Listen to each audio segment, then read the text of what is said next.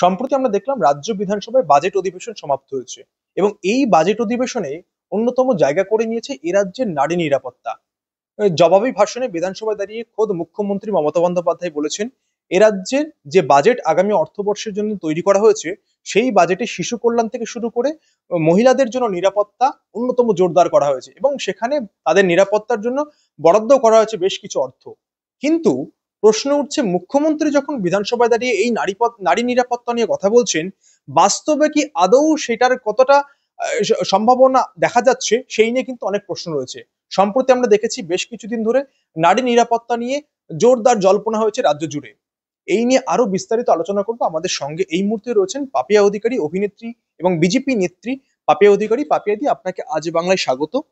প্রথমে যে বিষয়টা আপনার কাছে রাখবো, আমরা দেখলাম যে এই রাজ্য বাজেটে অধিবেশনে মুখ্যমন্ত্রী বলছেন যে আমাদের এই বাজেট কেন্দ্রের বাজেটের থেকে অনেক পার্থক্য এবং অনেকমুখী, জনকল্যাণমুখী এবং নারী কল্যাণমুখী। কিন্তু বাস্তবে আমরা দেখছি যারা কর্মস্থলে যাচ্ছেন বিভিন্ন ক্ষেত্রে, আমরা সম্প্রতি যদি ঘটনা দেখি, দুষ্কৃতীদের দৌরাত্মে তারা কার্যত ঘরের থেকে বেরোতে ভয় পাচ্ছেন। আপনি কি বলবেন একজন নারী হয়ে, এই নারী নিরাপত্তা কোথায় রয়েছে বাংলার এই মুহূর্তে?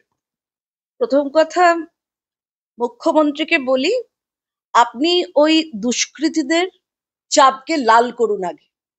ওসব ভাববেন না যে এরা আপনাকে ভোট দেবে না।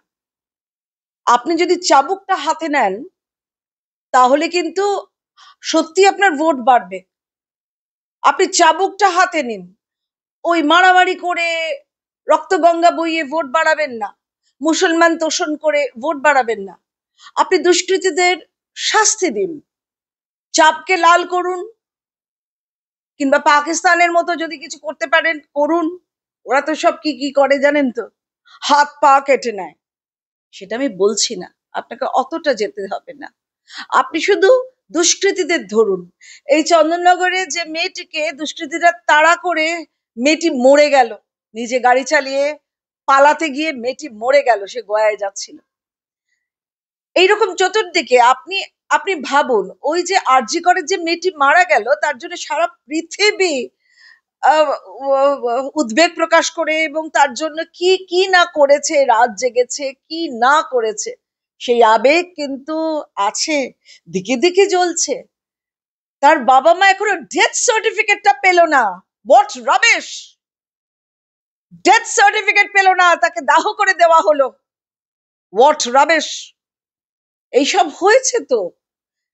তো আপনি আর বিধানসভায় দাঁড়িয়ে অনেক মিথ্যা কথা বলেন, ভুলভাল কথা বলেন। বিধানসভাটা সেই জায়গাটা নয়। Why don't you go through the constitution? যে বিধানসভায় কি কি বলা যায়। আপনি বিধানসভায় বলছেন নারী এবং শিশু। শিশুরা তো ওই বোম, আমাদের তো এখানে কুটির শিল্প, বোম বাঁধা কুটির শিল্প নয় তো। এই এই কটেজ ইন্ডাস্ট্রি, এই যে ছোট ছোট শিল্প, তো আমাদের এখানে তো বোম বাঁধা। সেই বাচ্চাগুলো বলগুলো ভেবে সেইখানে বল ধরে তারা বার্স্ট হয়ে যাচ্ছে, তারা হাত উড়ে যাচ্ছে, মুন্ডু উড়ে যাচ্ছে। কিসের নিরাপত্তা? শিশু এবং নারীদের কোনো নিরাপত্তাই নেই এখন বাংলায়, কিচ্ছু নেই। তাই আমি বলছি, আপনারা যারা, কি নিউজ এটা, আজ বাংলা, আজ বাংলার দর্শকদের আমি পরিষ্কার করে বলছি, আপনারা যখন ভোট দিতে যাবেন 26-এ, ঘুণাক্ষরেও এই টিএমসি কে আর ভোটটা দেবেন না। নিজের পায়ে কেউ কুড়ুল মারে? আপনারা দেখে নিয়েছেন কংগ্রেসকে, আপনারা দেখে নিয়েছেন সিপিএম কে, আপনারা দেখে নিয়েছেন এই দুষ্কৃতী রাজ তৃণমূলকে। এবার কার পালা? এবার মোদিজিকে একটু আসতে দিন, দেখুন না সে কি করে।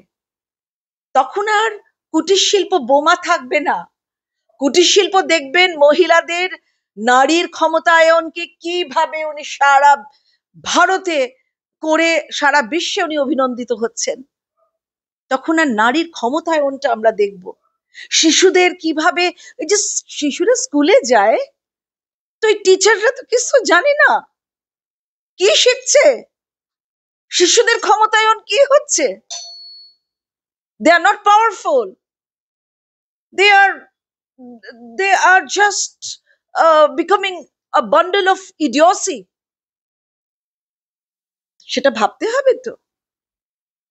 তো যাই হোক, যেটা প্রশ্ন করেছিলে, সেই প্রশ্নটা দীপন, আমি বলবো যে অ্যাবসলিউটলি ফেক। বিধানসভায় দাঁড়িয়ে এ ধরনের কথা যেন উনি না বলেন। এই বলাটাই খুব বিচ্ছিরি, কারণ উনি নিজেকে বাঁচাতে আসলে উনি খুব গোলমালে পড়ে গেছেন। হ্যাঁ, তো এইসব কথা না বললে তো আহ, ওর অনুরাগীদের তো পিঠ চাপড়ানো যায় না, কিন্তু আমরা সব ধরে ফেলেছি। হুম, তাই বিহেভ লাইক আ রিয়েল চিফ মিনিস্টার। দেখুন না আশেপাশের চিফ মিনিস্টার, এই অসমের চিফ মিনিস্টার ওইখান থেকে পুলিশ পাঠিয়ে ইয়েদের ধরলো, জঙ্গিদের ধরে নিয়ে যাচ্ছে। কাশ্মীর থেকে লোক পাঠিয়ে এখানে জঙ্গি ধরে নিয়ে যাচ্ছে। আপনার পুলিশ, আপনি নাকি পুলিশ মন্ত্রী, কি করছেন? ঘন্টা করছেন, কিচ্ছু করতে পারছেন না। সো এসব নিয়ে যত কম কথা বলা যায় ততই ভালো। আপনি বললেন যে নারী নিরাপত্তা এ রাজ্যে একেবারে তলানিতে ঠেকেছে, তাহলে প্রশাসন কি করছে এই প্রশ্ন যেমন উঠছে। পাশাপাশি যখন প্রশাসনের দ্বারস্থ হচ্ছেন নারীরা, সেখানে সুরাহা পাচ্ছেন না কেন? তাহলে প্রশাসনও কি শাসক দলের সঙ্গে একেবারে যোগসাজশ হয়ে কাজ করছে? না না, প্রশাসন তো এখানে তো আইনের শাসন নেই, এখানে শাসকের আইন চলছে। তাহলে প্রশাসন and Mamata Banerjee, they are synonymous. মানে সংজ্ঞাগুলো না সব বদলে গেছে এই আহ, এই তৃণমূলী সরকারের সংজ্ঞাগুলো নেই। প্রশাসন একেবারে ফেল করেছে। তবে বহু পুলিশ আছেন যারা মানে থকে গেছেন, তারা বলছে we want to get rid of all this rubbish. তারা বলছে, আমি অনেককে চিনি এরকম। আমি সেদিনকে সল্টলেকে একটা জায়গায় যাচ্ছিলাম, তো আমি সল্টলেক তো ভীষণ এরকম এরকম। আপনি বললেন যে নারী নিরাপত্তা এ রাজ্যে একেবারে তলানিতে ঠেকেছে, তাহলে প্রশাসন কি করছে এই প্রশ্ন যেমন উঠছে। পাশাপাশি যখন প্রশাসনের দ্বারস্থ হচ্ছেন নারীরা, সেখানে সুরাহা পাচ্ছেন না কেন? তাহলে প্রশাসনও কি শাসক দলের সঙ্গে একেবারে যোগসাজশ হয়ে কাজ করছে? না না, প্রশাসন তো এখানে তো আইনের শাসন নেই, এখানে শাসকের আইন চলছে। তাহলে প্রশাসন and Mamata Banerjee, they are synonymous. মানে সংজ্ঞাগুলো না সব বদলে গেছে এই আহ, এই তৃণমূলী সরকারের সংজ্ঞাগুলো নেই। প্রশাসন একেবারে ফেল করেছে। তবে বহু পুলিশ আছেন যারা মানে থকে গেছেন, তারা বলছে we want to get rid of all this rubbish. তারা বলছে, আমি অনেককে চিনি এরকম। আমি সেদিনকে সল্টলেকে একটা জায়গায় যাচ্ছিলাম, তো আমি সল্টলেক তো ভীষণ এরকম এরকম। তো কয়েকজন পুলিশ দাঁড়িয়ে ছিল, আমি ঠিকানাটা জিজ্ঞেস করেছি। ঠিকানাটা বলে আমাকে চিনতে পেরে বলছে যে আপনারা কবে আসছেন, প্লিজ আমরা আমাদের বাঁচান, আর পারছি না, চাকরিটা করতে হচ্ছে। কিন্তু এরকম হাত জোর করে পুলিশরা বলছে। তাহলে ভাবুন, প্রশাসনের মধ্যে কি আহ রেভলিউশন নেই? কিন্তু আমি বলছি শুনুন, ম্যাক্সিম গর্কির একটা উপন্যাস মাদার, সেখান থেকে বহু নাটক হয়েছে, আমরা সেই নাটক করেছি। আমার মাও করতেন সোশ্যালিস্ট নাটক, তো আমার মা খুব করতেন, আমার মা কল্যাণী অধিকারী খুব করতেন। তো লাস্টে না জারের দিকে বেয়নেট গুলো ঘুরে যায়, কারণ পুলিশ বুঝতে পারে যে আমরা যা যা করেছি সেগুলো ভুল। এতদিন যা যা করেছি, জারের কথা শুনে আমরা সাধারণ মানুষের উপর এত অত্যাচার অনাচার করেছি, লাস্টে রাইফেল গুলো সব জারের দিকে চলে যায়। আমি কি বলছি বুঝতে পারছেন তো? সুতরাং তখন যদি জারের দিকে রাইফেল গুলো যেতে পারে, তাহলে এখনো তো প্রশাসন ঘুরে দাঁড়াতে পারে। প্রশাসন, আপনারা ভাবুন, এটা very modest suggestion from a very modest person, যে আপনারা ভাবুন আপনারা কি করতে পারেন। আপনি রাইফেলের কথা বললেন, এখান থেকে একটা প্রশ্ন উঠে আসছে যে এ রাজ্যে দেখছি আমরা বিভিন্ন জায়গায় অবৈধ অস্ত্র এবং বেআইনি বিভিন্ন রকম বোমা সেগুলো উদ্ধার করছে, কিন্তু প্রশ্ন হলো এতদিন কেন করেনি এসটিএফ? আর এখন করলেও সেরকম কোনো ব্যবস্থা কেন নিতে পারছে না? মুখ্যমন্ত্রী এ কথা যখনই তার সঙ্গে বলা হয়, তখনই তিনি বলেন বিহার থেকে আসছে, বাইরের রাজ্য থেকে আসছে। তাহলে তো সেই প্রশ্ন উঠছে, এ রাজ্যের পুলিশ কি করছে? বর্ডার যে এলাকাগুলো থাকে সেখানে নজরদারি কোথায়? পুলিশ কি করছে তাহলে? না না, ওদেরকে তো আনা হচ্ছে, এই জঙ্গিগুলোকে তো আনা হচ্ছে, তাদের হাতে তো অস্ত্র তুলে দেওয়া হচ্ছে। অনেক জঙ্গি আছে যাদেরকে ধরে নিয়ে যাচ্ছে আমাদের আসামের পুলিশ, আসামের চিফ মিনিস্টার, তেমনি কাশ্মীরের চিফ মিনিস্টার, তারা পাঠাচ্ছে, এখান থেকে জঙ্গি তুলে নিয়ে যাচ্ছে। মমতা ব্যানার্জি বলছেন যে না আমাদের এখানে জঙ্গি টঙ্গি নেই। তাহলে যারা এরকম বকটুইয়ে যারা এই কাণ্ডটি করলো তারা কারা? তারা জঙ্গি নয়, তারা মঙ্গি। আপনি তো চিফ মিনিস্টার মশাই, আপনি তো নানা ধরনের কথা বলছেন এখন। আপনি বলছেন আপনার বাবা নাকি ফ্রিডম ফাইটার, স্বাধীনতা সংগ্রামী। এতদিন তো বলেননি। বাবা টাবা তুলে কথা বলবেন না, বুঝলেন তো? এতদিন বলেননি, 11তে এসেছেন আপনি। এতদিন বলেননি যে আপনার বাবা নাকি স্বাধীনতা সংগ্রামী। কেন বলছেন? না, একটা তো কারণ আছে কেন বলছেন।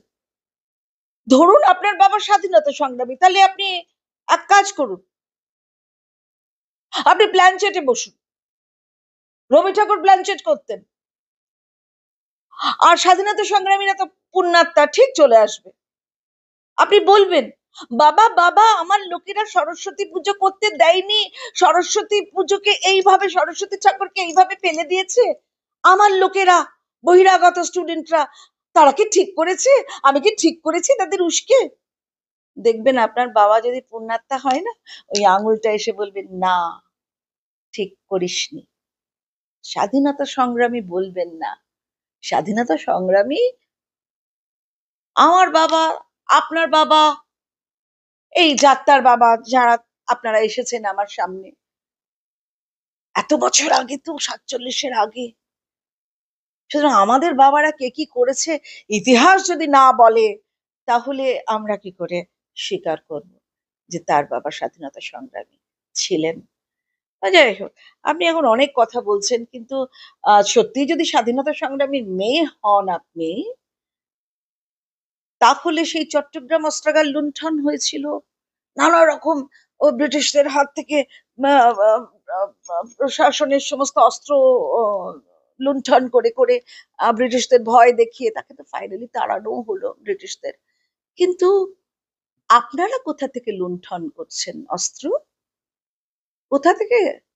বাবাকে জিজ্ঞেস করবেন প্ল্যানচেটে, যে আমার লোকজনরা যে কোনো মানুষের হাতে পিস্টল, যে কোনো মানুষের হাতে রিভলভার, যে কোনো মানুষের কাছে বোমা। আবার শুনেছি ওই কি বলে, আহ, লোহার ট্রাঙ্ক তৈরি করে মাটির ভিতর গাঁজা নাকি মানে নেশার ওষুধ সব ঢুকিয়ে রাখছে মাটির ভিতরে। এরকম বাবা বাংলা কোনোদিন আমরা দেখিনি। এত নোংরা, এত খারাপ, এত ভায়োলেন্ট বাংলা আমরা দেখিনি। কোথায় গেল আমাদের সেই মিষ্টি বাংলা, রিলিজিয়াস বাংলা, এস্থেটিক বাংলা? কোথায় গেল? ওই মোড়ে মোড়ে রবীন্দ্রনাথের গান শোনালে আর এস্থেটিজম থাকে না, এস্থেটিক ফিলিংটা আলাদা। কি বলবো? তুমি বলছো যে ভাই কি করে এসব বোমা টোমা এলো, ওনাদের জিজ্ঞেস করুন কোথায় মজুত করে রেখেছে, কারা কারা সেই জঙ্গিদের আনা হয়েছে। এখন আবার দাউদ কানেকশন শুনছি, আমি তো চমকে উঠলাম। দাউদ কানেকশন, তারপরে একজন এমএলএ বলছেন যে আমাদের এখানে আলাদা পতাকা থাকতে হবে। বিচ্ছিন্নতাবাদ কোন লেভেলে পৌঁছে গেছে! তাকে এখনো তিরস্কার করা হলো না, তাকে এখনো ক্লোজ করা হলো না। যারা কিনা বলে যে আমাদের ভাগীরথীতে ফেলে দেবে টুকরো টুকরো করে, কেন আমরা 30 ওখানে, ওরা 70। ওরে বাবা, তাদেরকে তো তিরস্কার করা হচ্ছে না। কে গিরি, সে তো আমাদের রাষ্ট্রপতিকে পর্যন্ত অপমান করছেন তার গায়ের রং নিয়ে, তাদেরকে তিরস্কার করা হচ্ছে না। এসব কি মুখ্যমন্ত্রী? আপনি ভাবুন, আপনি একটা মুখ্যমন্ত্রী, আপনি সবার মুখ্যমন্ত্রী, সবার কথা না ভেবে আপনি শুধু পার্টির কথা ভাবছেন। না, আপনাকে বিরোধী দলনেত্রী হিসেবেই আমরা দেখতে চাই, আপনাকে সরকার পক্ষে একেবারে কেউই দেখতে চাইছে না।